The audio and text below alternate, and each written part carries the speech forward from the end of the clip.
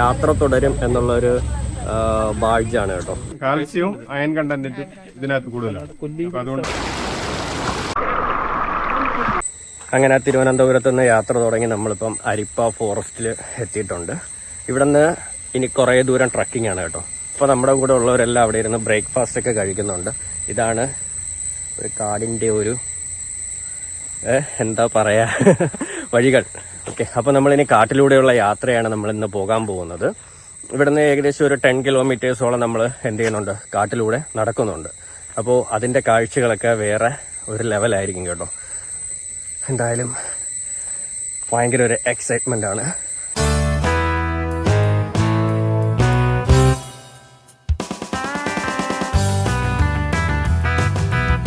ഒന്ന് രണ്ട് ഡോക്യുമെന്റ്സ് ഒക്കെ എന്ത് ചെയ്യണം, സൈൻ ചെയ്ത് കൊടുക്കാനുണ്ട്. അപ്പോൾ അത് നമ്മൾ കൊടുക്കണം. അതിനുശേഷം എന്ത് ചെയ്യണം, അതിനുശേഷം വേണം നമുക്ക് ട്രക്കിംഗ് സ്റ്റാർട്ട് ചെയ്യാൻ വേണ്ടി. അപ്പോൾ ഇവിടെ നമുക്ക് ഓഫീസിൻ്റെ അടുത്താണെങ്കിൽ ഇവിടെയാണ് ഓഫീസ് വരുന്നത് കേട്ടോ. അപ്പോൾ ഇവിടെ വന്ന് നമ്മൾ ഒന്ന് രണ്ട് ഡോക്യുമെന്റ്സ് പേപ്പറൊക്കെ ഒന്ന് രണ്ടെണ്ണം സൈൻ ചെയ്ത് കൊടുത്തിട്ട് പേയ്മെൻ്റൊക്കെ ചെയ്തിട്ട് നമ്മൾ എന്ത് ചെയ്യണം, നമ്മൾ നേരെ ട്രക്ക് ചെയ്യാൻ വേണ്ടി പോകണം. ഞങ്ങൾ ഇവിടെ ഇരുന്ന് ഫുഡൊക്കെ കഴിച്ചായിരുന്നു കേട്ടോ. ഫുഡൊക്കെ കഴിച്ചിട്ടാണ് ഞങ്ങൾ അടുത്ത് നേരെ ട്രക്കിങ്ങിന് പോകുന്നത്.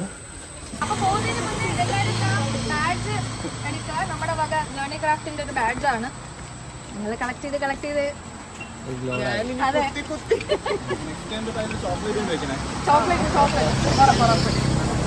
മിനി ക്രാഫ്റ്റിന്റെ ഒരു ബാഡ്ജൊക്കെ കിട്ടിയായിരുന്നു കേട്ടോ. അതായത് എനിക്ക് ഇത് കുറേ ടൈപ്പ് ഉണ്ട്.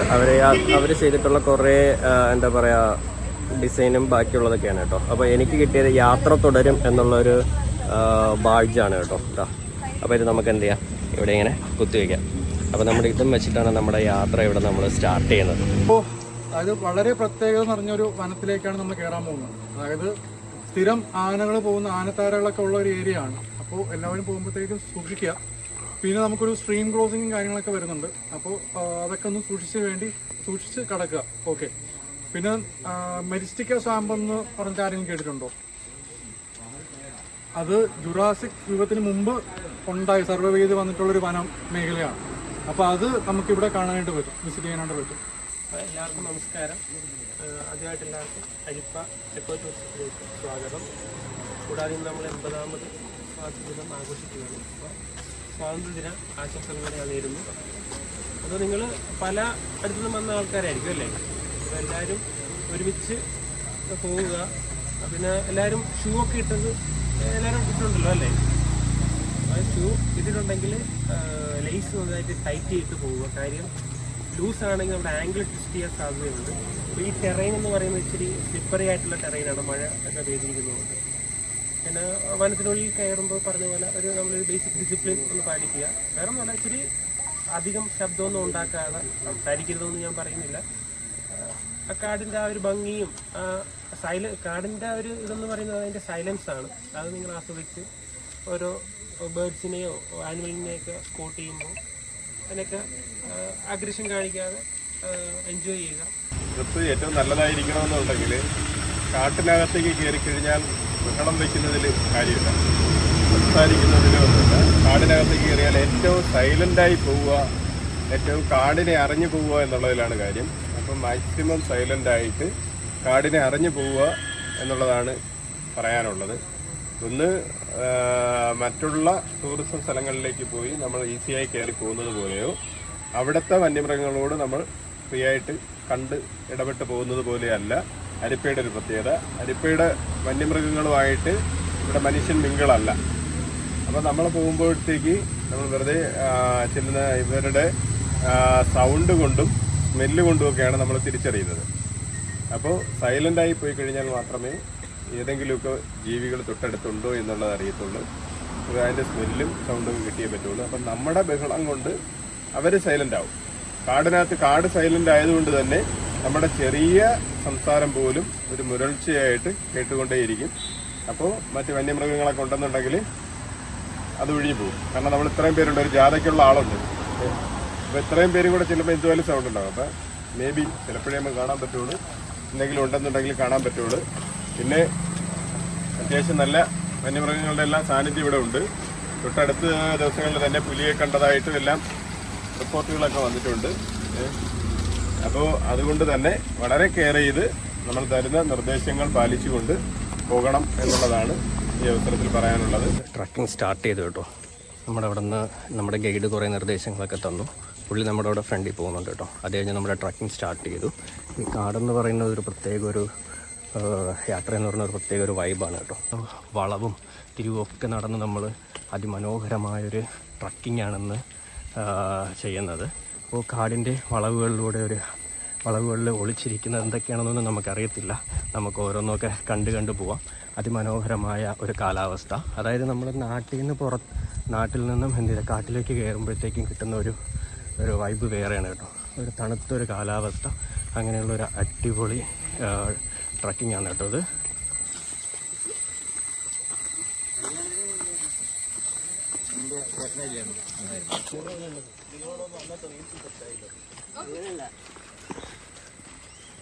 ടാറിട്ട റോഡിൽ നിന്നും നമ്മളടുത്ത് നേരെ മറ്റൊരു മണ്ണിട്ട റോഡിലോട്ട് ഇറങ്ങുകയാണ് കേട്ടോ.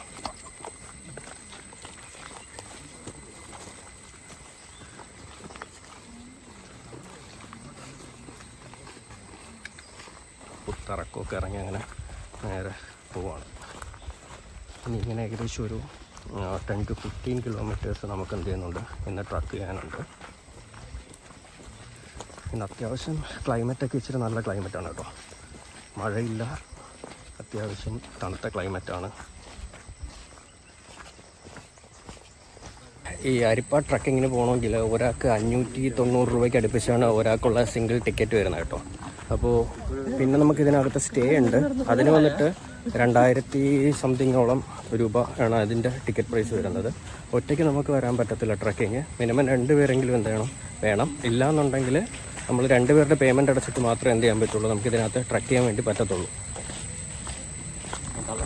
പിന്നെന്താ കരടി എന്റെ പ്രമോജി, ഈ കരടി എന്നൊക്കെ പറഞ്ഞ് ചാടിക്കറി ഫോട്ടോ എടുക്കാൻ പോരുത്. വെറുതെ അത് കയറി വല്ല എടുത്തിട്ട് പിച്ചി മാന്തി പറിച്ച് അപ്പുറത്തോട്ട് കളയും. അല്ലാതെ ഓപ്പോസിറ്റ് സൈഡിലോട്ട് പോയിക്കൊണ്ടിരിക്കുകയായിരുന്നു. അതാണ് ഞാൻ ഫോട്ടോ എടുക്കാൻ ആണല്ലേ?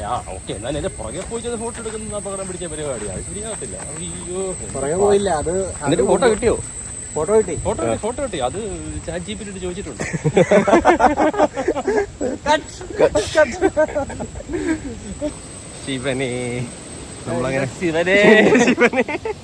നമ്മളങ്ങനെ നടന്നു വന്നപ്പോഴത്തേക്ക് അടുത്തൊരു എന്താ പറയുക, ഒരു പാലം ഉണ്ടല്ലേ. ഷൂ നനയാതെ പോകാൻ പറ്റും. അപ്പോൾ നമ്മുടെ ഏതോ ചേട്ടന്മാർ ഇവിടെ കാറൊക്കെ കൊണ്ടിട്ട് കഴിയുന്നുണ്ട് കേട്ടോ. അപ്പോൾ നമുക്ക് ഇവിടെ ഇങ്ങനെ ഇതുവഴി സൈഡ് പാലം വഴി നമുക്ക് പോവാം. കാരണം ഭയങ്കര വെള്ളമില്ല കേട്ടോ. ഭയങ്കര വെള്ളമില്ലാത്തത് കൊണ്ട് നമുക്ക് കാല് നനയ്ക്കാതെ പോയി, ഇല്ലെങ്കിൽ നമ്മൾ ഷൂ ഒക്കെ നനഞ്ഞു പോയേനെ.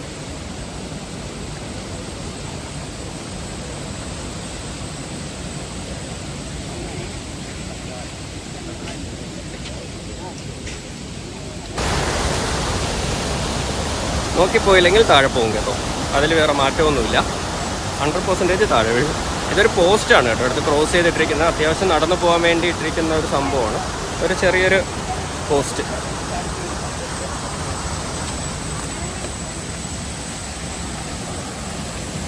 അങ്ങനെ നടന്ന് വീണ്ടും കുറച്ച് ദൂരം എത്തിയപ്പോഴത്തേക്കും ഇവിടെ ഫോറസ്ട്രി ട്രെയിനിങ് ഇൻസ്റ്റിറ്റ്യൂട്ട് ഹരിപ്പയുടെ ഒരു ബോർഡൊക്കെ ഉണ്ട് കേട്ടോ. അതിവിടെയാണെന്ന് തോന്നുന്നു. അവിടെ അനുവാദം കൂടാതെ അകത്ത് പ്രവേശിക്കരുത്. അതിലേക്ക് കയറിയപ്പോഴത്തേക്കും എന്താ പറയുക, വെറൈറ്റി തരത്തിലുള്ള ഒരുപാട് മരങ്ങൾ നമുക്ക് കാണാൻ പറ്റുന്നുണ്ട്. അതുപോലെ തന്നെ പക്ഷികളുടെ സൗണ്ടുകൾ, ഒത്തിരി പക്ഷികളുടെ സൗണ്ടുകളൊക്കെ നമുക്ക് കേൾക്കാൻ പറ്റുന്നുണ്ട് കേട്ടോ.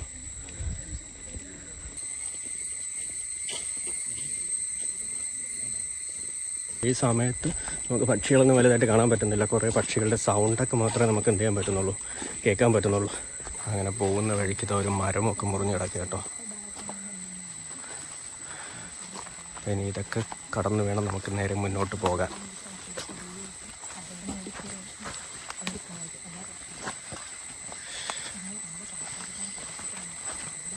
ഇതൊരു ആന പോയിട്ടുണ്ട് കേട്ടോ.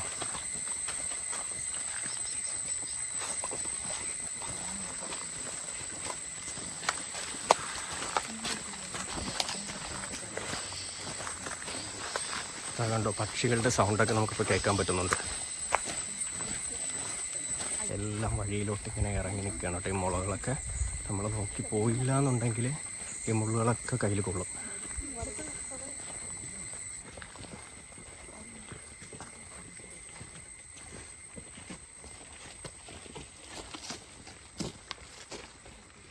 ഇതിനകത്ത് നമ്മൾ വേറൊരു കാര്യമാണ്, നമ്മളിതേപോലെ ട്രക്കിങ്ങിനൊക്കെ വരുമ്പോൾ കാടൊക്കെ കയറുമ്പോഴത്തേക്കും നമ്മൾ എന്താ ചെയ്യേണ്ടതെന്ന് വെച്ച് കഴിഞ്ഞാൽ കുറച്ച് വെള്ളമൊക്കെ കയ്യിലൊക്കെ കരുതിയിരിക്കണം കേട്ടോ. അത് ശകലം ഗ്ലൂക്കോസ്, പിന്നെ ചോക്ലേറ്റ്സ്, ഇങ്ങനെയുള്ള കാര്യങ്ങളൊക്കെ കൂടി നമ്മൾ കയ്യിൽ കരുതിയിരിക്കുക. ഇവിടെ പിന്നെ മഴയാണെന്നുണ്ടെങ്കിൽ ലീച്ച് ഉണ്ടാകും കേട്ടോ. പക്ഷേ എന്തായാലും കഴി കിട്ടുമ്പോഴേ എന്തായാലും അറിയാൻ പറ്റത്തുള്ളൂ ലീച്ച് ഉണ്ടെന്ന് പറഞ്ഞു. അപ്പോൾ അതിനു വേണ്ടി സാനിറ്റൈസറോ ഉപ്പോ ഒക്കെ എന്ത് ചെയ്യുക, കയ്യിൽ വച്ചിരിക്കുക. കുറേ ദൂരമായി നമ്മൾ നടന്ന് ഇപ്പോൾ ഒരു കുറച്ച് ഭാഗത്തെത്തി.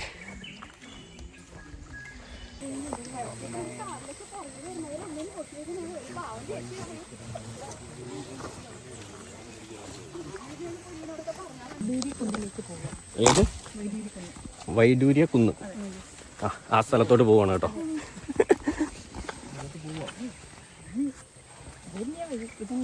വഴിതെറ്റില്ലല്ലോ. എവിടെ? ഇതാണോ നാച്ചുറൽ ഷാമ്പു? അതെ, ഇത് തന്നെയാണ് നാച്ചുറൽ ഷാമ്പു. നമുക്ക് പ്രസ് ചെയ്തെടുക്കുമ്പോഴത്തേക്കും ഒരു ജെൽ കൺസിസ്റ്റൻസി കിട്ടും. മണവും ഉണ്ട്. ഓരോ സ്ഥലങ്ങളിൽ ട്രക്കിന് പോകുമ്പോൾ ഇത് അവിടെ ഉണ്ടെങ്കിൽ അവർ പറിച്ചു തരും. മറ്റേ കാട്ടിലുള്ളവർ അവരല്ലേ?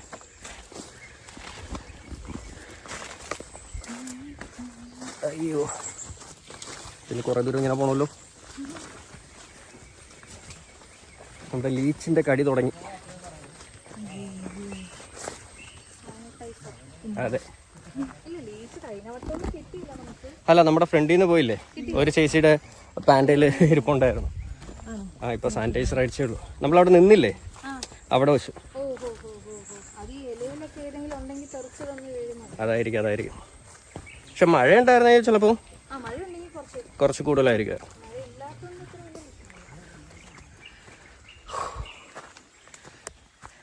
വരുമ്പോഴത്തേക്കും നമുക്ക് ഒരുപാട് പക്ഷികളുടെ സൗണ്ടൊക്കെ കേൾക്കാം കേട്ടോ. പക്ഷെ പക്ഷികളൊന്നും നമുക്ക് കാണാൻ പറ്റിയിട്ടില്ല. ഇതൊരു കുന്നു മൊത്തം കയറാനുണ്ടല്ലോ.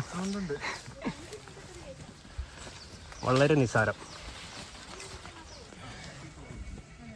നമ്മളീ പോകുന്ന വഴിക്ക് കുറേ വെറൈറ്റി മരങ്ങളൊക്കെ നമുക്ക് കാണാൻ പറ്റും കേട്ടോ. അതോടൊപ്പം മഞ്ഞൾ, പിന്നെ കാപ്പി, അങ്ങനെയുള്ള കുറേ സംഭവങ്ങൾ, കുറേ എന്താ പറയുക സുഗന്ധദ്രവ്യങ്ങളുടെ വേറെ കുറേ സംഭവങ്ങളൊക്കെ ഇവിടെ കാണാൻ പറ്റും. തറയൊക്കെ കിടക്കുന്നുണ്ടോ, ഫുള്ള് സ്ലിപ്പറിയാ.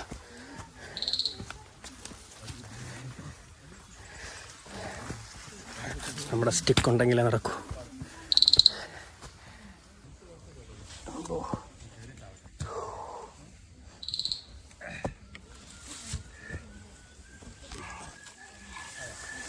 എന്തൊക്കെയോ പുല്ല് ദേഹത്തൊക്കെ കടിക്കുന്നുണ്ട്.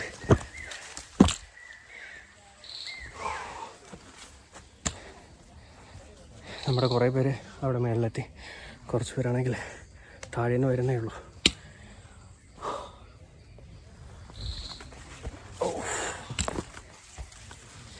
ഒരു പ്രത്യേക എക്സ്പീരിയൻസ് ആണ് കേട്ടോ. സത്യം പറഞ്ഞാൽ ഇത് എൻ്റെ ഫസ്റ്റ് ടൈമാണ് നമ്മൾ ഇവിടെ കേരളത്തിൽ ഞാൻ ട്രക്ക് ചെയ്യുന്നത്. ഇതിനു മുമ്പ് ഞാൻ ഒരിക്കൽ നമ്മൾ ചെയ്തത് ഫിലിപ്പീൻസിലായിരുന്നു. സഗാഡയിലാണ് ഒരിക്കൽ നമ്മൾ ട്രക്ക് ചെയ്തത്. പക്ഷേ അത് ഫുള്ളായിട്ട് എന്താ പറയുക, മൗണ്ടെയിൻ പോലുള്ള സ്ഥലമായിരുന്നു. ഇതുപോലെ കാടൊന്നും അല്ലായിരുന്നു. അങ്ങനെ ലീച്ചിൻ്റെ ശല്യങ്ങളോ അങ്ങനത്തെ പ്രശ്നങ്ങളോ ഒന്നുമില്ലായിരുന്നു. പക്ഷെ ഇവിടെ അങ്ങനെയല്ല കേട്ടോ. ഇവിടെ പക്ഷേ അതിനേക്കാളും കുറച്ച് റിസ്ക്കാണ്.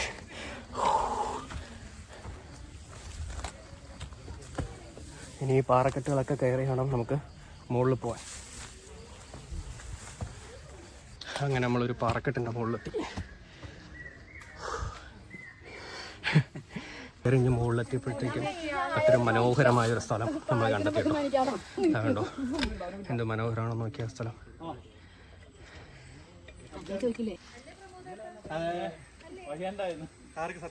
പ്രകൃതിയുടെ മനോഹാരിതയാണ് കേട്ടോ.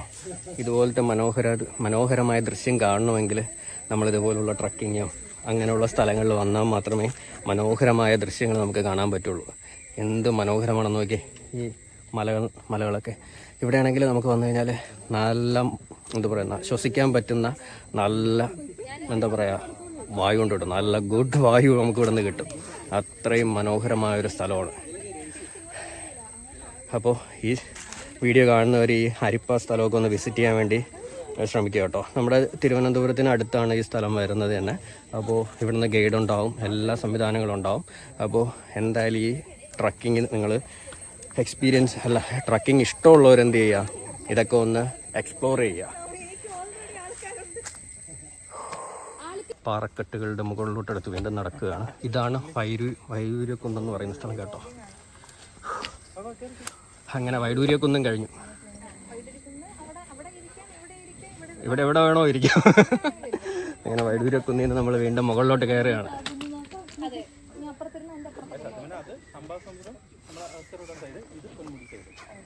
ഇതാണോ പൊന്മുടി സൈഡ്? ഓ, ഇത് അംബാസമുദ്രം. നമ്മൾ വീണ്ടും മറ്റൊരു മനോഹരമായ വ്യൂ പോയിന്റിൽ എത്തി കേട്ടോ. എല്ലാവരും ക്ഷീണിച്ചു ചെറുതായിട്ട്.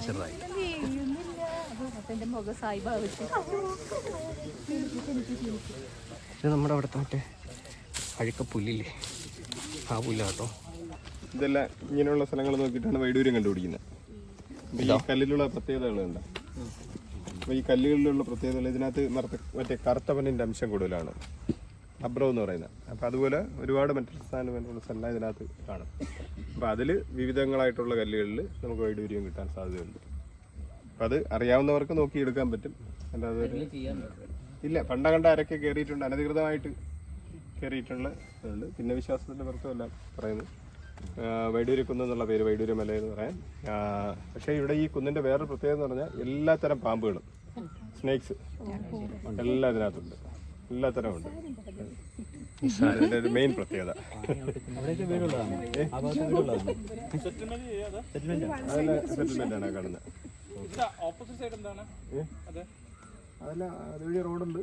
ഇതെല്ലാം കാണാണ്. നമ്മുടെ പച്ചപ്പാട്ടത്തിൻ്റെ ഭാഗമാണ് ഇതെല്ലാം. സസ്യങ്ങായിട്ട് ഒറ്റ ഇതിലായിട്ട് കിടക്കുന്നതാണ്. ഇങ്ങനെ അതിൽ അരിപ്പയുടെ ഒരു വലിയ പ്രദേശം ഇങ്ങനെ കാണപ്പെടുന്നത്. ഇവിടെ ഒരു പ്ലാന്റേഷൻ മാത്രം 10,000 ഹെക്ടർ ഉണ്ട്. ഇവിടെ ഈ ഇതിന്റെ ജൂക്കാലിപ്റ്റസും മറ്റേ ഇത് മാത്രം 10,000 ഹെക്ടർ പ്ലാന്റേഷൻ മാത്രമുണ്ട്. അരിപ്പ എന്ന് പറയുന്ന ഏരിയ വലിയ ഏരിയയാണ്. 2 ജില്ലകൾ തമ്മിൽ വ്യാപിച്ച് കിടക്കുകയാണ്. കൊല്ലം, തിരുവനന്തപുരം ജില്ലകൾ അതിർത്തി വയ്ക്കുന്ന 3 പഞ്ചായത്തുകളും 3 താലൂക്കുകളും ചേരുന്ന ഒരു വലിയ വിശാലമായിട്ടുള്ള പ്രദേശമാണ് അരിപ്പ. അരിപ്പ എന്ന് പറയുന്ന സ്ഥലത്തിനകത്ത് ചെറിയ ചെറിയ മറ്റു പേരുകളിലുള്ള സ്ഥലങ്ങളും എല്ലാം ഉണ്ട്. ഇതിനകത്ത് ആൾത്താമസമുണ്ടോ? വേറെ ആൾക്കാർ താമസമുണ്ട്. അരിപ്പയ്ക്കകത്ത് തന്നെയുള്ള ശാസ്ത്രനട എന്ന് പറയുന്ന സ്ഥലത്തേക്ക് നമ്മൾ ചെല്ലും. പിന്നെ ഇങ്ങനെ അകത്തുള്ള സ്ഥലങ്ങളെല്ലാം. ഈ യൂക്കാലിപ്പ് ചെയ്യണ്ടോ? യൂക്കാലില്ല, പ്ലാന്റേഷനുകൾ അതുപോലുള്ള പ്ലാന്റേഷനുകളെല്ലാം നിർത്തിയിട്ടുണ്ട്. നിലവിലുള്ളതിനെ മെയിൻറ്റെയിൻ ചെയ്തുകൊണ്ട് പോയിട്ട് അത് പിന്നീട് ഒഴിവാക്കുന്നുണ്ട്. അതിൻ്റെ ടേം കഴിയുമ്പോഴത്തേക്ക് ഒഴിവാക്കും. ഇല കറയോടുകൂടി എടുത്ത് എണ്ണയിലിട്ടിട്ട് ശുദ്ധമായിട്ടുള്ള വെളിച്ചെണ്ണയിലിട്ടിട്ട് വെയിലത്ത് വെച്ചിട്ടാണ് ചൂടാക്കുന്നത്. വെയിലത്ത് വെച്ച് തിളപ്പിച്ച് കാച്ചിയെടുക്കുന്നത്. അപ്പോൾ അതെടുത്ത് കഴിഞ്ഞാൽ സ്കിൻ സംബന്ധമായിട്ടുള്ള രോഗങ്ങൾക്കെല്ലാം ഈ എണ്ണ ഉപയോഗിക്കാൻ പറ്റുന്നുണ്ട്. സോറിയസ് അതുപോലുള്ള ഇതിനെല്ലാം ദന്തപ്പാലയുടെ എണ്ണ ഉപയോഗിക്കാൻ വേണ്ടിയിരുന്നു. അപ്പോൾ അതിൽ ഔഷധ ഗുണമേറ്റമുള്ള ഒരു മരമാണ് ഈ കാണുന്ന ദന്തപ്പാല. പാല വിവിധ തരത്തിലുള്ള പാലകളുണ്ട്. 8 തരങ്ങളിലുള്ള പാലകളുണ്ട്. കുടപ്പാല, കുടവപ്പാല, ദന്തപ്പാല, വള്ളിപ്പാല, ഏഴിലം പാല. ഇത് മയിലോ? കാട് പറ്റത്തില്ല, അതിന് ടെറസേ പറ്റത്തുള്ളൂ. അവിടെ ആകുമ്പോ ഒരേ ലെവലാണല്ലോ, കാല് തെറ്റത്തില്ല.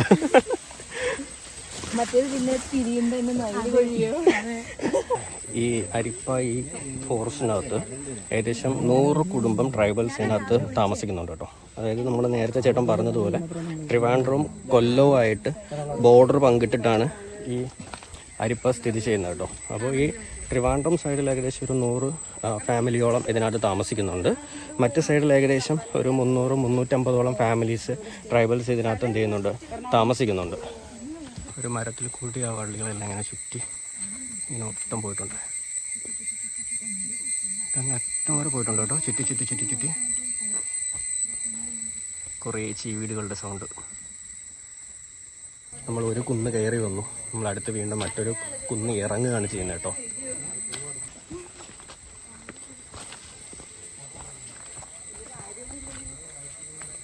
പക്ഷെ നിർഭാഗ്യം എന്താണെന്ന് വെച്ച് കഴിഞ്ഞാൽ നമുക്ക് ഇതുവരെ പക്ഷികളൊന്നും കാണാൻ പറ്റിയില്ല. ഇനി പോകുന്ന വഴിക്ക് എവിടെയെങ്കിലും കാണാൻ പറ്റുമായിരിക്കും. പക്ഷികളുണ്ട്, പിന്നെ കുറേ പാമ്പുകളുണ്ട്, പിന്നെ ആനയുണ്ട്, അങ്ങനത്തെ കുറേ സംഭവങ്ങളൊക്കെ ഉണ്ട്. പക്ഷെ ഒന്നും കാണാൻ പറ്റിയിട്ടില്ല.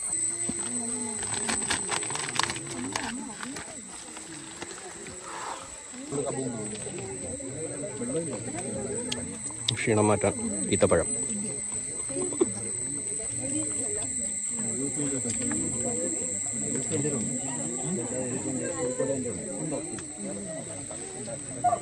കാരണം മറ്റേ ആനയെ കാണുന്ന നമുക്ക് നിന്ന് കാണാൻ പറ്റത്തില്ല. കണ്ടാലും അതിൻ്റെ കുട്ടി കൂടെയുണ്ട്.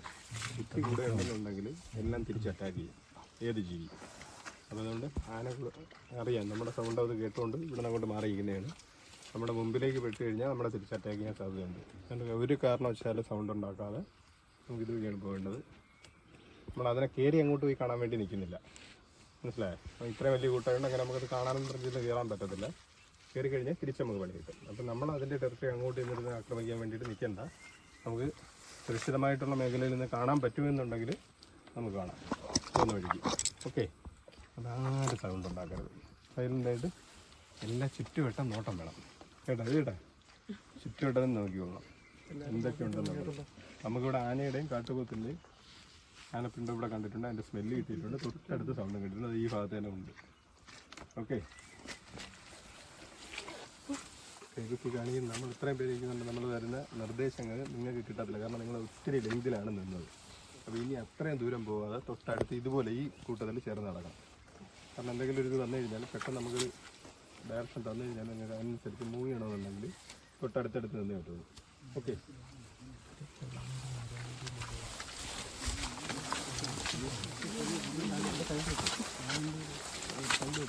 ഞാൻ നേരത്തെ അവിടെ നിന്നിട്ടും നമ്മുടെ അടുത്ത് അടുത്തിലെ കൂടെ അകത്തോട്ട് ആ ഭാഗത്ത് നിൽക്കുകയാണ്. നമ്മൾ അങ്ങോട്ടേ ഇല്ലെങ്കിൽ ചിലപ്പോൾ വേറെ കിട്ടും. നമുക്ക് പോകേണ്ട വഴി ഇങ്ങോട്ടാണ്.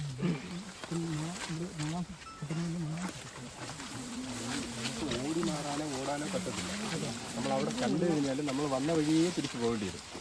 അപ്പോൾ ഈ വന്ന വഴിയല്ല തിരിച്ച് ചെയ്യേണ്ടത്. അങ്ങോട്ടും ഇങ്ങോട്ട് ചിതറി ഓടിക്കളയില്ല. ചിതറി ഓടിയാലുള്ള ഒരു പ്രശ്നം എന്ന് പറഞ്ഞു കഴിഞ്ഞാൽ നമ്മൾ ഒരാനയെ കണ്ടിട്ട് ഓടിക്കഴിഞ്ഞാൽ തൊട്ടടുത്ത ആനക്കൂട്ടത്തിൻ്റെ ഇടയിലായിരിക്കും കയറുന്നത്.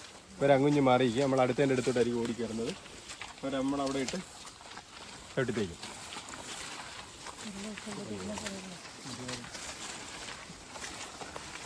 ഇവിടെയോ ആനയുണ്ട് കേട്ടോ.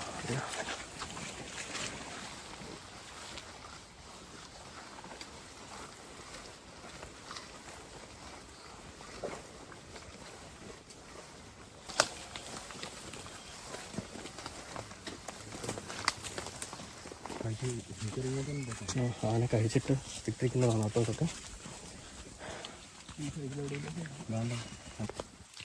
ആനയുടെ കാൽപ്പാടുകളൊക്കെ, ആനയുടെ കാൽപ്പാട്. കാട്ടുപോത്തിൻ്റെയോ? ഇത് കാട്ടുപോത്തിൻ്റെ കാൽപ്പാടാണ് കേട്ടോ. ആന പോയിട്ടുള്ളതാണ്. കാരണം ആനപ്പിണ്ടമൊക്കെ ഇവിടെ ഒത്തിരി കിടപ്പുണ്ട്. നമ്മളിപ്പോൾ സൂക്ഷിച്ച് ചെയ്തതിൻ്റെ പറ്റുള്ളൂ, പോകാൻ പറ്റത്തുള്ളൂ. സൈലൻ്റായിട്ട് മാത്രമേ പോകാവുള്ളൂ. അത്യാവശ്യം ഡേഞ്ചറാണ്. മുള്ളുകൊണ്ട് കൈയൊക്കെ മുറിഞ്ഞു കേട്ടോ. വേണ്ട, കൈയൊക്കെ മുറിഞ്ഞു. കുറേ കാട്ടുമുള്ളൊക്കെ സൈഡിലുണ്ട്. അത് ഫുള്ള് ദേഹത്ത് പറ്റിയതാ. ഫുൾ സ്ലീവ് ഇട്ടിരുന്നെങ്കിൽ വലിയ പ്രശ്നം വരില്ലായിരുന്നു. ആനകൾ താഴോട്ട് പോയ ഒരിടമാണ് കേട്ടോ. എൻ്റെ കാൽപ്പാടുകളുണ്ടോ.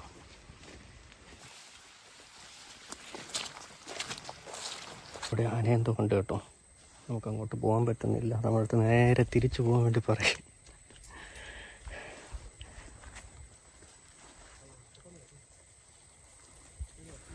അപ്പോൾ ആനകത്ത് പോയെന്ന് തോന്നുന്നു.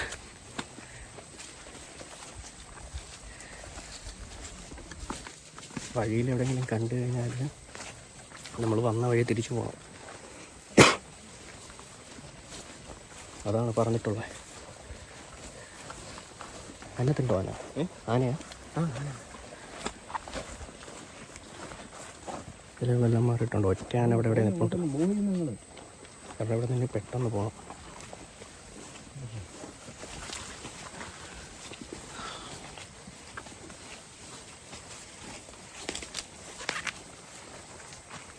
ഈ എന്താ പറയുക, കുറ്റിക്കാട്ടിൻ്റെ ഇടയിൽ ഇവിടേക്ക് നിൽപ്പുണ്ട്.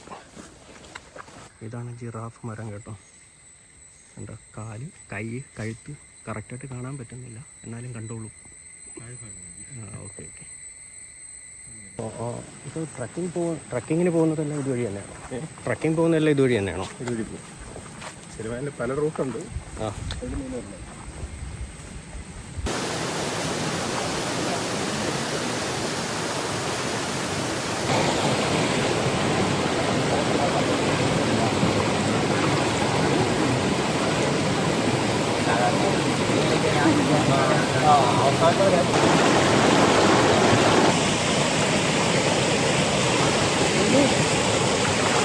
നല്ല ഒഴുക്കുണ്ട് കേട്ടോ.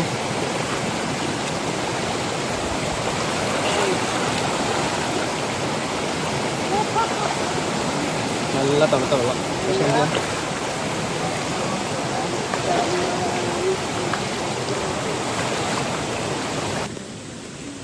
അങ്ങനെ ആ റിവർ ക്രോസ് ഒക്കെ കഴിഞ്ഞ് സംഭവം മുള്ള കുത്തിക്കയറുന്ന ലക്ഷണം. അതെ, ഷൂ എങ്കിലും ഇടുക കേട്ടോ. അതിട്ടില്ലെങ്കിലോ ഷൂ മാത്രം ഇട്ടോ. അങ്ങനെയാണെങ്കിൽ ഒരു സെക്കൻഡ് ആ, ഇട്ടിട്ടോ. ഇത് മറ്റേ ആകാശം പോലെ നീണ്ട് കിടക്കുക. ഒരു പ്രത്യേക ഒരു എക്സ്പീരിയൻസ് ആണ് കേട്ടോ. ആനയെ പേടിച്ച് കാട്ടിലൂടെ നടക്കുക. അടുത്തൊരു പുഴയിൽ വന്ന് എന്താ പറയുക, ചെരുപ്പ് കൊല്ലാന്ന് പറഞ്ഞ് ചെരുപ്പ് ഇപ്പോൾ 2 കിലോ ആയി. വെയിറ്റ് കുറയ്ക്കാൻ വെയ്റ്റ്ലെസ് ഷൂ ഒക്കെ ഇട്ട് വന്നപ്പോഴത്തേക്കും ഷൂവിന് ഇപ്പോൾ 2 കിലോ ആയി. നടക്കാൻ വയ്യ.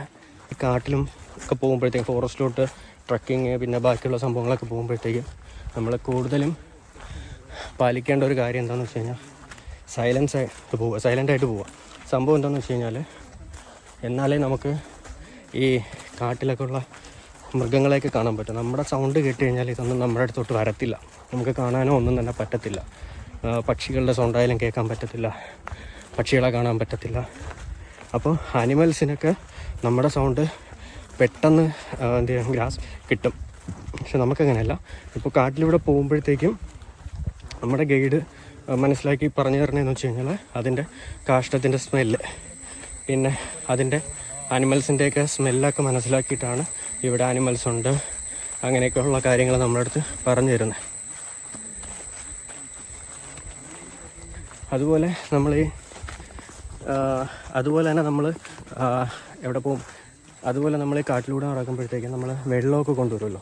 വെള്ളം കൊണ്ടുവരുന്ന ബോട്ടിലൊക്കെ ആയാലും അതുപോലെ പ്ലാസ്റ്റിക് ഇങ്ങനത്തെ ഒന്നും നമ്മൾ എന്ത് ചെയ്യരുത്, മാക്സിമം കാട്ടിൽ ഉപേക്ഷിക്കാതിരിക്കുക.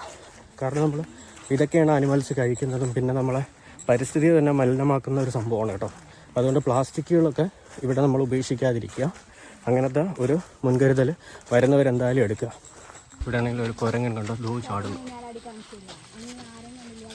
ദൂരെ കണ്ടോ കുരങ്ങൻ സൗണ്ട് വെച്ചിട്ട് ഊഞ്ഞാലാടുക.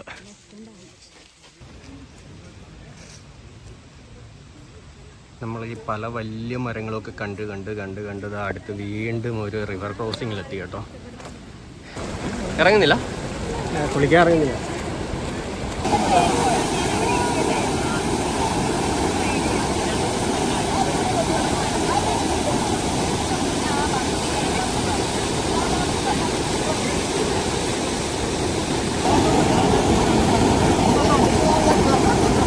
വരിവരിയായിട്ട് നിൽപ്പുണ്ട് ഇവിടെ.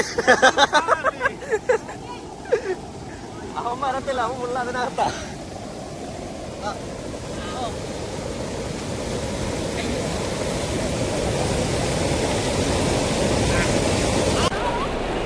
നല്ല അടിപൊളി അതിൻ്റെ അകത്ത് പോവാൻ.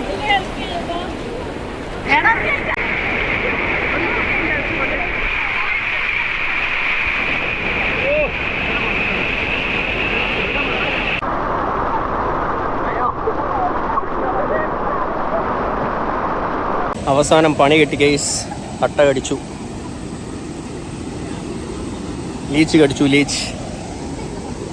ഇനി സാനിറ്റൈസർ യൂസ് ചെയ്യുക, അതേ ഉള്ളൂ മാർഗം.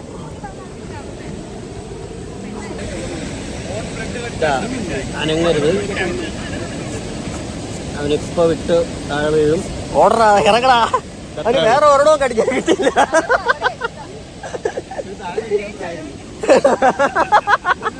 അനിമൽസിനെ പേടിച്ച് നടന്നതല്ലാതെ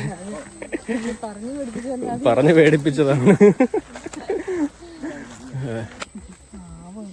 പാവൻ ചത്തുപോയി.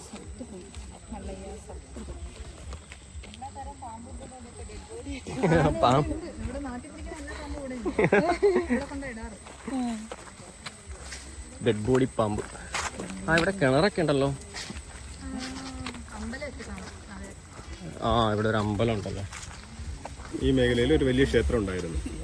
അത് ഇവിടുത്തെ പഴമക്കാർ പറഞ്ഞിട്ടുള്ളത് ബ്രിട്ടീഷുകാരുടെ കാലഘട്ടത്തിൽ ബ്രിട്ടീഷുകാർ പൊളിച്ചു കളഞ്ഞതായിട്ടാണ് പറഞ്ഞത്. ആന തട്ടി പൊളിച്ചതല്ല.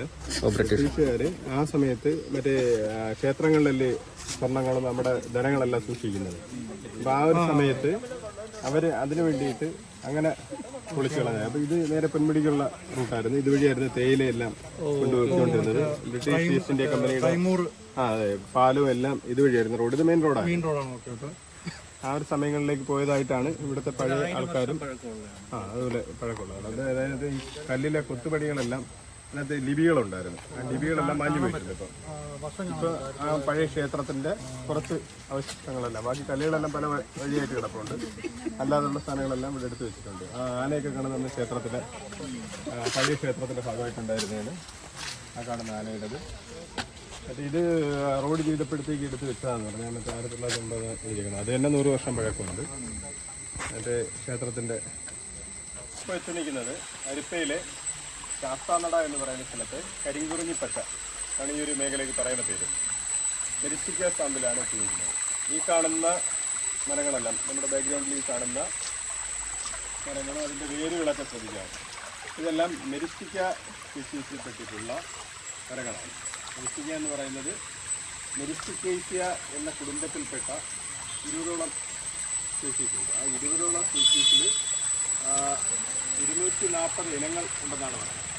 അതിനകത്ത് ഒരെണ്ണമായിട്ടുള്ള മെരിസ്റ്റിക്ക എന്ന് പറയുന്ന വിഭാഗത്തിൽ 7 തരത്തിലുള്ള ചെടികൾ, 7 തരത്തിലുള്ള മരങ്ങളുണ്ട്. അതിനകത്ത് ഒന്നാണ് ഈ കാണുന്ന ഇത് മെരിസ്റ്റിക്ക കൂട്ട എന്ന് പറയുന്ന കൊത്തപ്പൈൻ, ലോക്കലി പറയുന്ന കൊത്തപ്പൈൻ എന്ന് പറയുന്ന മരമാണ് ഈ കാണുന്നത്. അപ്പോൾ ഇതിൻ്റെ എല്ലാം വേരുകൾ, ഈ വേരുകൾ പിന്നെ ചതുപ്പ് നിലത്തിൽ ഇതിനെ അതിജീവിക്കുന്നതിന് വേണ്ടിയിട്ടാണ് ഇതിൻ്റെ വേരുകളെല്ലാം ഇതേ രീതിയിൽ നിൽക്കുന്നത്. ഇതിന് വേരുകൾ കൊണ്ട് ശ്വസനം നടത്തുന്നു എന്ന് പറയുന്നത്. ഇതിൻ്റെ വേരുകളെല്ലാം ചെറിയ മറ്റ് 2 തരം റൂട്ടുകളുണ്ട്. ഒന്ന് നീ റൂട്ട് എന്ന് പറയുന്ന ഇതിനെ താങ്ങി നിർത്തുന്ന വേരുകളും, ഒന്ന് ശ്വസനത്തിന് വേണ്ടിയിട്ട് ഉപയോഗിക്കുന്ന മറ്റ് വേരുകളുമുണ്ട്. താഴെ നിന്ന് വെള്ളത്തിൽ ഇത് ആ കാണുന്ന നോക്കുമ്പോൾ അറിയാം, വെള്ളത്തിന് മുകളിലേക്ക് റാഡ് ഷേപ്പിലേക്ക് വന്ന് നിൽക്കുന്ന തരത്തിലുള്ള മരങ്ങളും കാണാം. ഇത് ഏഷ്യയിൽ തന്നെ ഏറ്റവും കൂടുതലായിട്ട് കാണപ്പെടുന്നത് പശ്ചിമഘട്ടത്തിലാണ്. പശ്ചിമഘട്ടത്തിലെ 2 സ്റ്റേറ്റുകളിലായിട്ടാണ് നമുക്ക് കൂടുതലായിട്ട് കാണപ്പെടുന്നത്, കേരളത്തിലും കർണാടകയിലുമാണ്. അതിൽ ഏറ്റവും കൂടുതൽ കാണപ്പെടുന്ന കേരളത്തിൻ്റെ വിവിധ മേഖലകളിലായിട്ട് ചെറിയ ചെറിയ സാമ്പുകളൊക്കെ ഉണ്ടെങ്കിലും അരിപ്പയുടെ ഒരു പ്രത്യേകത എന്ന് പറയുന്നത് ഇതിൻ്റെ എല്ലാ വെറൈറ്റീസുകളും കൂടെ ഒരുമിച്ച് കാണപ്പെടുന്ന ഒരു ഇടം എന്നുള്ളതാണ്. ഇതൊരു 5 ഹെക്ടർ മേഖല ഈ ഒരു പ്രദേശം മാത്രം പ്രത്യേകിച്ച് സംരക്ഷിത മേഖലയായിട്ട് നിർത്തിയിട്ടുണ്ട് ഇതെല്ലാം. അപ്പോൾ ഇതിനകത്ത് തന്നെ 7 തരത്തിലുള്ള പൈനുകളുണ്ട്. എൻ്റെ കയ്യിലിരിക്കുന്നത് ഈ പറയുന്ന പൈനിൻ്റെ പൂവാണ്, ജാതിപത്രിയാണ്. ഇതിനകത്ത് കൊത്തപ്പൈൻ എന്ന് പറയുന്ന മെരിസിക്ക ഫ്രൂട്ട എന്ന് പറയുന്ന ഈ മരത്തിൻ്റെ, ഇതിന് ചിത്തിരപ്പൂ എന്നുള്ള പേരും ലോക്കലിൽ ഇവിടെ പറയുന്നുണ്ട്. അപ്പോൾ ഇതുപോലെ തന്നെ പൊന്നാമ്പൂ, ഉണ്ടപ്പൈനുണ്ട്. നമ്മളവിടെ നോക്കിയപ്പോഴത്തേക്ക് കണ്ടിട്ടുള്ളതാണ് ചെറിയ ബോൾ ആകൃതിയിലുള്ള ഉണ്ടപ്പൈൻ എന്ന് പറയുന്ന ചെറിയ ജാതി. നമ്മുടെ സാധാ ജാതിക്ക ഉണ്ടല്ലോ നമ്മുടെ നാട്ടിൻപുറത്തുള്ള, അത് ആ ഒരിനത്തിൽപ്പെട്ടതാണ്.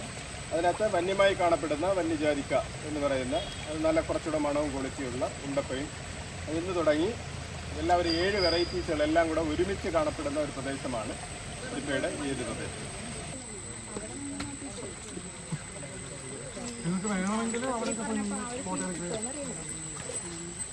നമ്മൾ എൻട്രൻസിലെത്തിയായിരുന്നു കേട്ടോ. എൻട്രൻസിലെത്തി അപ്പോൾ ഇവിടെ തന്നെ നമുക്ക് ഫുഡും കൂടിയൊക്കെ തന്നിട്ടുണ്ട് കേട്ടോ. അപ്പോൾ രാവിലത്തെ ബ്രേക്ക്ഫാസ്റ്റും ഉച്ചയ്ക്കുള്ള ലഞ്ചും എല്ലാം ഇവർ ജേണി ക്രാഫ്റ്റ് തന്നെയാണ് എന്ത് ചെയ്തിരിക്കുന്നത് നമുക്ക് പ്രൊവൈഡ് ചെയ്യുന്നത്.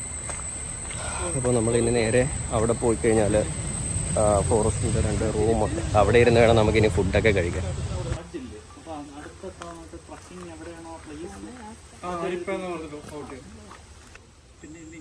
ഇവിടെ ഫുഡൊക്കെ കഴിഞ്ഞിട്ട് നമ്മൾ നേരെ തിരിച്ചിന് പോകാൻ വേണ്ടി പോകണം കേട്ടോ. നമ്മുടെ ട്രക്കിംഗ് ഒക്കെ ഇവിടെ അവസാനിപ്പിച്ചു. അപ്പോൾ എന്താ പറയുക, അരിപ്പ ട്രക്കിംഗ് കംപ്ലീറ്റ്ലി നമ്മൾ കാടൊക്കെ കറങ്ങി അടിച്ച് ഫുള്ള് കണ്ടിട്ട് ഞങ്ങൾ തിരിച്ചു പോവുകയാണ്. അപ്പോൾ ഇത് നമുക്ക് കണ്ടക്ട് ചെയ്തതെന്ന് പറയുന്നത് ജേണി ക്രാഫ്റ്റാണ് ഇതിൻ്റെ ഫുള്ള് കണ്ടക്ട് ചെയ്തിട്ടുള്ളത്. അപ്പോൾ നമ്മളിവിടെ വന്നതെന്ന് പറഞ്ഞിട്ട് സ്ട്രേഞ്ചേഴ്സായിട്ട് വന്നിട്ട് നമ്മളെല്ലാവരെയും പരിചയപ്പെട്ട് അടിച്ച് പൊളിച്ച് എൻജോയ് ചെയ്താണ് നമ്മളെൻ്റെ ഈ ട്രിപ്പ് പോയത്. അപ്പോൾ നിങ്ങൾക്ക് ഈ ഇതേപോലെ ട്രക്കിങ്ങൊക്കെ ഇഷ്ടപ്പെടുന്നവർ, ഇതുപോലെ പോകാൻ ആഗ്രഹിക്കുന്നവർ ജേണി ക്രാഫ്റ്റിനെ കോൺടാക്റ്റ് ചെയ്യുക. അപ്പോൾ ഞാൻ ഇന്നത്തെ ഈ വീഡിയോ ഇവിടെ വെച്ച് അവസാനിപ്പിക്കുകയാണ്. നിങ്ങൾക്കെല്ലാവർക്കും മറ്റൊരു വീഡിയോയിൽ വീണ്ടും കണ്ടുമുട്ടാം. അതുവരെ ബൈ, സൈനിങ് ഓഫ്.